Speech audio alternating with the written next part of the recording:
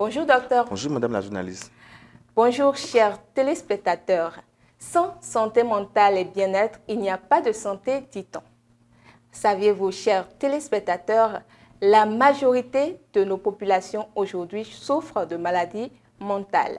Restez avec nous sur cette émission et vous allez certainement découvrir des informations qui vont peut-être vous sauver la vie, à vous ou à l'un de vos proches. Nous sommes sur ce plateau avec Dr Prince Rounou. Il est psychologue des hôpitaux. Comment allez-vous? Je vais très bien madame. Et vous? Ça va très bien. Que peut-on déjà entendre par la santé mentale? Merci madame la journaliste pour cette opportunité que nous voulons donner pour parler encore de la santé mentale qui est souvent très méconnue.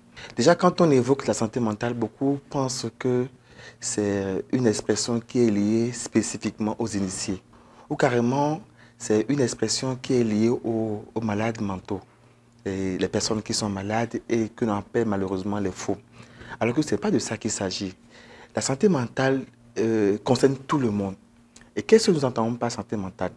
L'OMS dit que la santé mentale, c'est un bien-être mental dans lequel une personne, un individu peut se valoir, peut s'exprimer, peut vouloir participer au bien de sa communauté, pouvoir aller et revenir, faire face aux difficultés de la vie sans pour autant succomber à ces difficultés.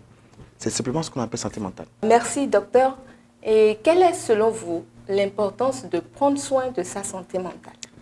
Alors, autant il est bénéfique pour un propriétaire de véhicule d'amener chaque fois son véhicule au garage, autant on constate qu'avant de sortir le matin, vous vous lavez, autant il est très important que nous puissions prendre soin de notre santé mentale. La première santé à laquelle on doit vraiment se donner est celle mentale, c'est-à-dire la santé mentale, au risque d'avoir des complications et auxquelles la santé même physique et la santé sociale ne pourront vraiment répondre favorablement.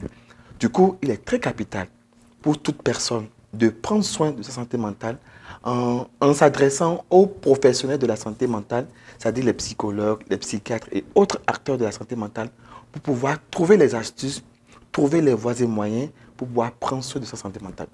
Ok, merci. Quels sont les cas dans lesquels il faut aller vers un médecin de santé mentale? Alors, merci pour cette question. Normalement, il n'y a pas de cas spécifique pour consulter ou bien pour avoir les services en soins de santé mentale. Mais toute personne, qu'elle ne soit pas d'abord folle ou bien malade mentale, d'accord, ou en bonne santé, ne doit pas attendre d'abord tomber dans les situations difficiles avant d'aller consulter un spécialiste des questions de santé mentale. Toute personne a le droit d'aller consulter un psychologue ou un psychiatre ou toute personne qui soit dans ce domaine. Mais la prise en charge psychologique est souvent indiquée dans des cas bien précis. Une personne qui traverse les difficultés de la vie, une personne qui, par exemple, a subi, par exemple, une déception amoureuse ou un licenciement dans son travail, ou une perte de personne, ou subit le stress quotidien dans son travail, toutes ces personnes sont habilitées, sont à même d'aller consulter une personne pour se faire accompagner sur le plan psychologique. Mais la prise en charge psychologique va au-delà d'un accompagnement. Elle est plutôt plus importante pour des personnes spécifiques qui ont des problèmes de santé mentale. Finalement, on se retrouve tous dedans. Une petite question alors par rapport aux enfants. Okay. Est-ce qu'il faut attendre de voir qu'un enfant est bizarre avant de l'amener chez un psychologue? Justement, il ne faudrait pas forcément attendre qu'un enfant commence par développer des troubles de comportement ou bien des comportements vraiment qui sortent de l'ordinaire avant de consulter un spécialiste. Autant il le faut pour les enfants, autant c'est la même chose pour les adultes. Et déjà, dans les pays développés, chaque famille a son psychologue. Et déjà, le psychologue est là en termes de prévention pour commencer déjà par voir déjà très tôt ces comportements qui peuvent être préjudiciables très tard pour ces enfants en vue de les amener progressivement à développer un trouble mental par la suite. Du coup, il est très capital que chaque famille puisse se faire accompagner avec des psychologues pour pouvoir mieux voir comment se comportent les enfants pour déjà éviter, pouvoir prévenir, j'allais dire, ces troubles mentaux qui se passent dans nos familles. Alors, docteur, présentez-nous un tout petit peu la situation de la santé mentale en général dans notre pays.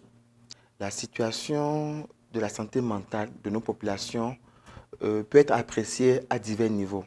Quand nous voyons un peu ce qui se passe dans la sous-région, cela peut avoir d'impact sur nos paisibles populations. Quand nous prenons par exemple la situation au nord du pays du Bénin, le djihadisme et les coups d'État actuels qui se passent actuellement dans la sous-région, les populations sont atteintes, les personnes sont atteintes par ces diverses situations. Mais nous ne saurons donner un chiffre exact parce qu'il n'y a pas encore d'études assez claires qui soient faites sur ces situations en termes de situation mentale, santé mentale voilà, de la population béninoise.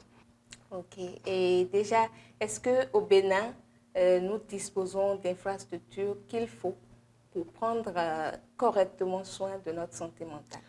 Merci Madame la journaliste. Il existe au Bénin plusieurs actions, bien plusieurs systèmes de santé qui se préoccupent de la santé mentale de nos populations. Et c'est dans ce sens qu'il y a le département de santé mentale dirigé par nos chers maîtres qui existe, qui s'occupe, qui fait des activités dans ce sens en lien avec la santé mentale de la population béninoise. Il y a les différentes associations des psychiatres et des psychologues qui existent, qui font aussi des actions. Il y a aussi des cliniques. Et c'est le cas de la clinique CMPS, le PH, et un hôpital de référence, c'est le CNHUPC, Centre national hospitalier de psychiatrie de Cotonou, qui est le centre de référence national qui s'occupe des questions de santé mentale dans le pays.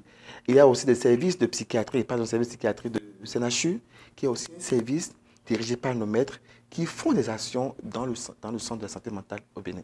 Nous pouvons dire que nous sommes alors en sécurité en ce qui concerne notre santé mentale. Le docteur, vu l'ampleur des situations dans nos pays, que proposeriez-vous pour réduire les conséquences des troubles mentaux dans notre société?